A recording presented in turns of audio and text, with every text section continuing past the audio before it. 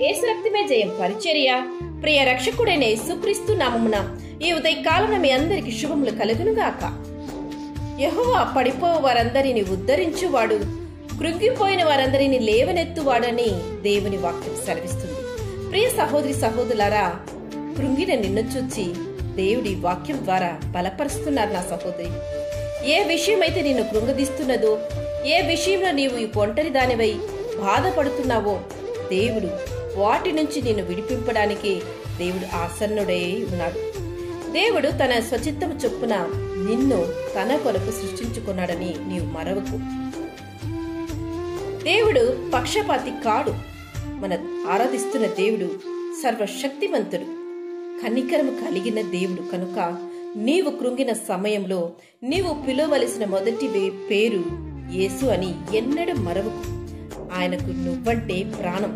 కనుక నిన్ను అలా చూస్తూ ఊరుకోడు, ధైర్యంగా ఉండు. నేడు నీవు ఎదుర్కొంటున్న అనేకమైన కష్ట పరిస్థితులను బట్టి నెమ్మది లేక జీవితంను జీవిస్తున్నావా? అయితే నెమ్మది దయచేయగల దేవుని వైపు నువ్వు చూచి మొరపెట్టగలిగితే ఆయన నీ యొక్క అననుకూల పరిస్థితులన్నిటినీ మార్చి నిన్ను ఈ యొక్క క్లిష్ట స్థితి నుంచి నేను విడిపింపచేసి నీ హృదయంలో సమాధానం, సంతోషాన్ని నింపజేయడానికి చాలినవాడు ఆయన. ఆశతో దేవుని కనిపెట్టు వారు శాంతి పొందునని వాక్యమును బట్టి నీవు ఆశతో ఆయన వైపు చూడు, సమాధానాన్ని పొందుకొద్దు. మీ చింత యావత్తు ఆయన మీద వేయుడని వాక్యమును బట్టి నీ యొక్క ప్రతి వేదన ఆయనకు సమర్పించు.